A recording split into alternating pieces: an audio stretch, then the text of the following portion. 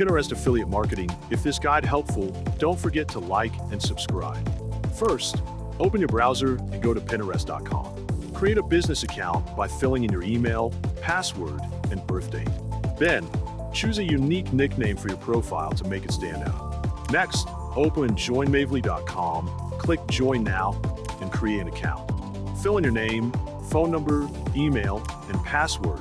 Agree to the terms, and click Sign Up. Once your account is ready, click More and install the 𝗕𝘂𝗀𝗀𝗀𝗀 extension. Log in on the extension, then go to Brand, select a category like apparel, and choose a brand. Visit the brand site and copy your affiliate link from the extension. Pick a product, save the images, then go to Canva and create a Pinterest-friendly design. Export the design.